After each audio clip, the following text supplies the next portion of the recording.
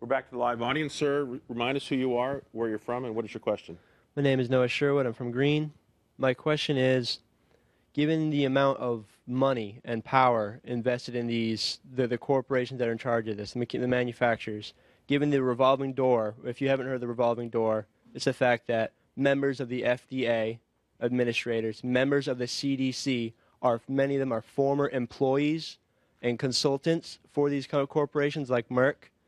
Given that you have that corruption, that conflict of interest, how can you ask the people, how can you ask us everyday people to just trust the industry given all the mistakes that we've seen from the medical industry, from these manufacturers, all the recalls, all the, oops, sorry we put mercury in that, sorry well, the medical industry just made so many problems. I'll cut it to, how can you ask us to simply trust it and take it and mandate it and force it on people after all that's happened? And Dr. Flanagan mentioned, look, every year we make improvements on everything. Things get better. We have had mistakes historically across the whole spectrum of society. But what about the trust and the faith? Because this gentleman raises an issue.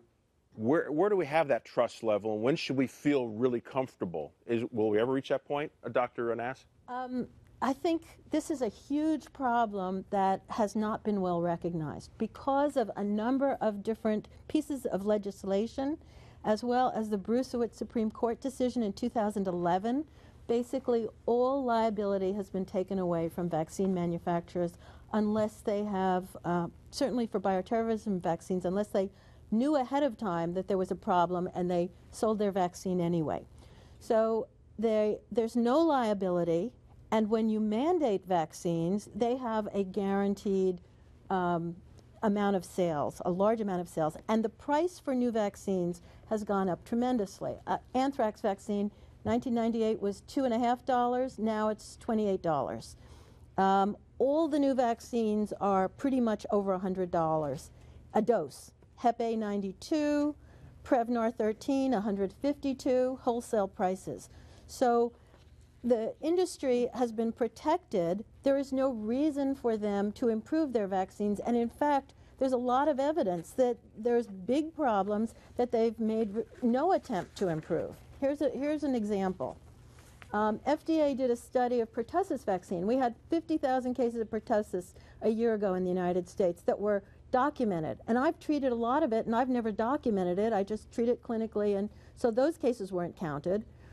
Why is there so much pertussis? It's because the vaccine doesn't work very well. And why doesn't it work very well? Well, FDA did a study in baboons published last year, FDA, and they found that if they gave baboons the current pertussis vaccine and then exposed them to pertussis, they actually caught it. They weren't that sick, but they could spread it for 6 weeks. So the reason why that's terrible is because now CDC recommends that every pregnant woman during every pregnancy in the 3rd trimester get a DPT vaccine.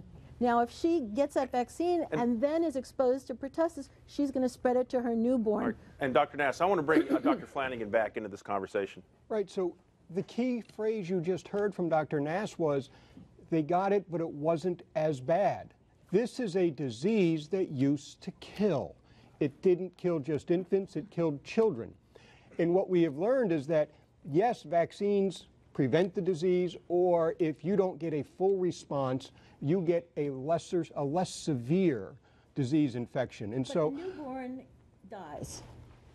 If mother was exposed, she was going to get the illness whether she had the vaccine or not. You can't say you got the vaccine and then you got the illness because you were exposed. No. She didn't get the illness because of the vaccine. She has 6 weeks of carriage of the illness because of the vaccine. Has anyone here lived in a community that was shut down and isolated because of a polio outbreak? This country used to isolate entire communities. No hands go up.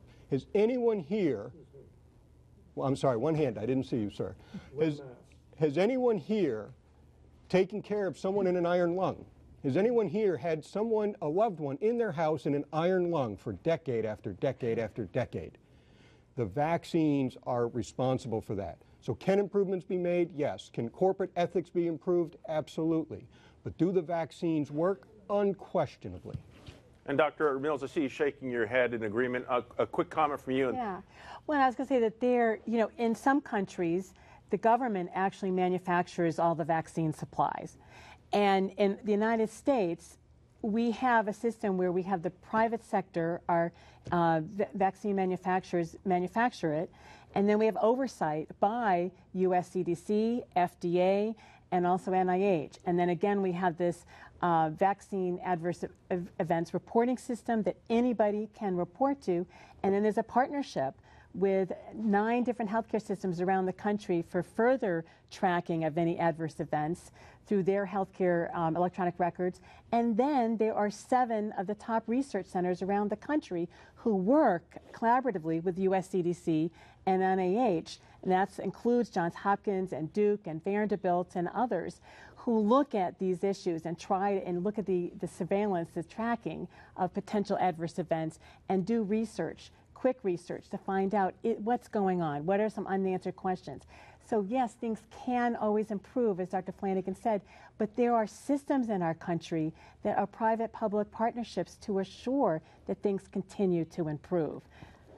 And Ms. Taylor, I need to give you about 30 seconds for a quick comment on this, and then I have to say goodnight to our TV broadcast viewers. Sure. I want to reiterate, those systems are broken. And parents who have vaccine-injured children and who have I've spent a decade trying to influence the system to make it safer, are not responded to. We meet with state officials, we meet with federal officials, and our research is ignored, our pleas are ignored. And because of that, because there is vaccine injury, regardless of how effective the vaccines are, parents need a choice. And because my son got hurt, I can't get him properly medically treated, therefore I should not have to participate in the program anymore if I don't trust it and think it's safe. This is a great time for us to take a break. For those of you watching us on WGME 13, we're ending the television broadcast here, but you can watch the entire program at WGME.com. So if you're watching us on Channel 13, watch the entire program at WGME.com. This is a great opportunity for me now to ask our last snap poll question of the evening. I'd like my live audience here to respond with the sound of applause. Your 2 choices and answers are yes and no. Respond to this statement. News organizations have presented the vaccination issue in a thoughtful, impartial, and balanced approach. Those who believe yes, please applaud. Do I even want to ask the other one? Those who believe no, please applaud.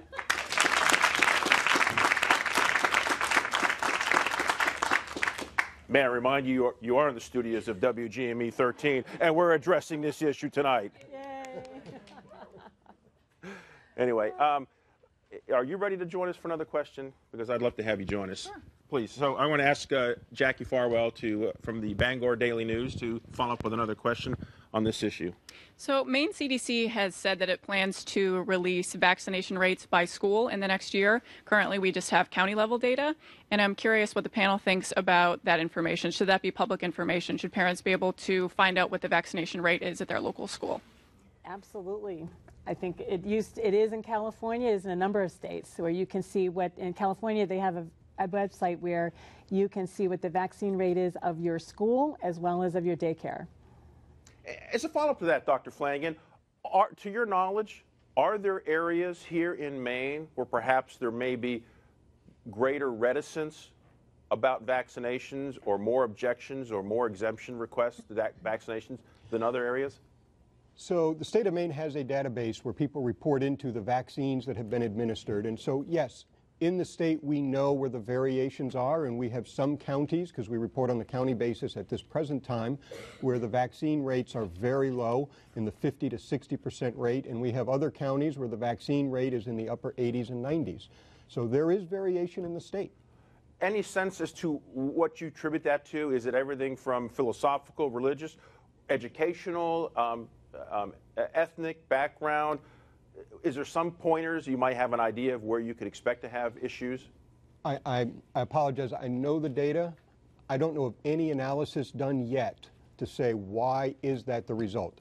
That's the question, is what's driving this, and therefore how can we help address it and address the concerns and let people make more informed decisions.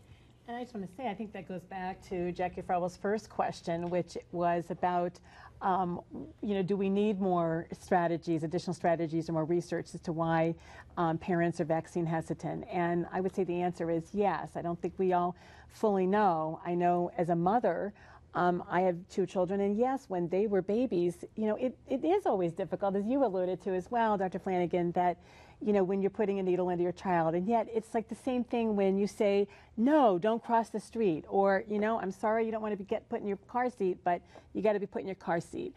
That even though I know that they may whimper and even cry if they get a vaccine, I know it's for their best. And my children are fully vaccinated. I'm proud to say that. And I have looked through the literature at the time when they were young and still do as they're going into their teenage years, to make sure that I'm doing, what I feel is the right thing. And so as a mother, I know it is hard to have your child have a shot, but at the same time, that hesitancy is the same as you might have when you're having to make sure they're getting in that car seat, when you'd rather be holding them in your arms, as a passenger in the car, rather than in the car seat. But you put them in the car seat because you know it's for their best interest. All right, we have less than 30 minutes in tonight's event, so I'm going to ask our audience members to go to the lightning round, so shorter questions.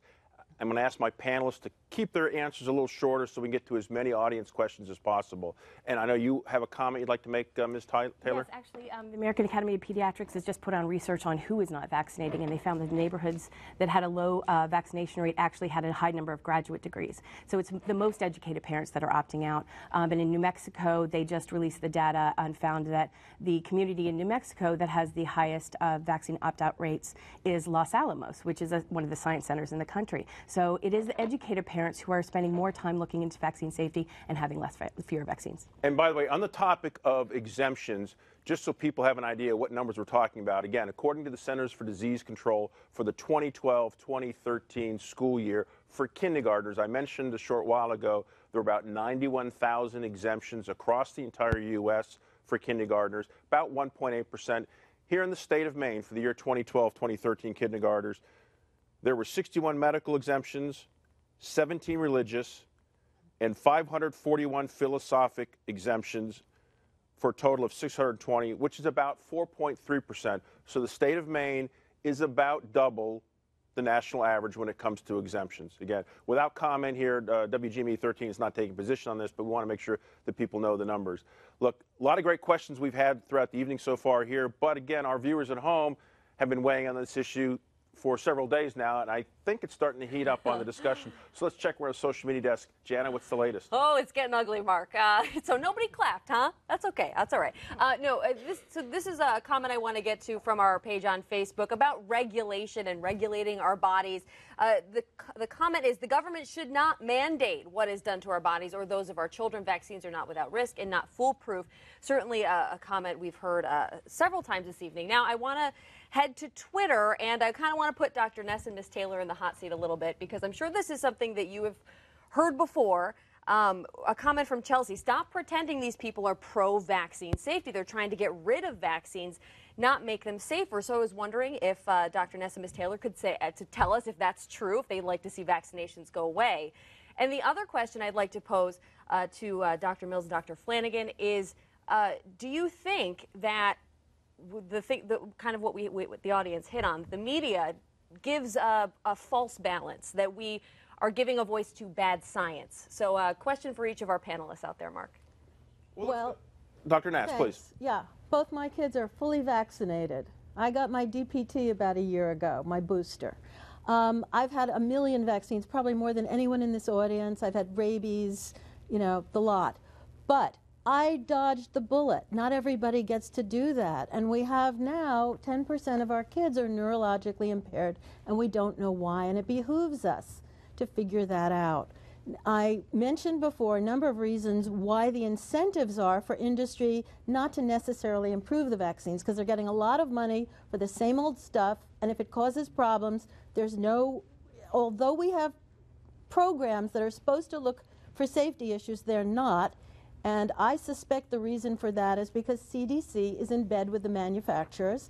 The former head of CDC went to become the president of Merck Vaccines. 3 different Merck entities donate to the CDC Foundation, which is basically a way CDC gets money from drug companies and vaccine companies to do with what it will. There are many other examples of the revolving door. I mean, that's the only thing I can figure out.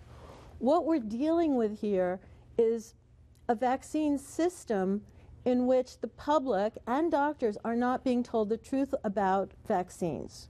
You know, I have a lot more information about the drugs I prescribe than I do about the vaccines I prescribe.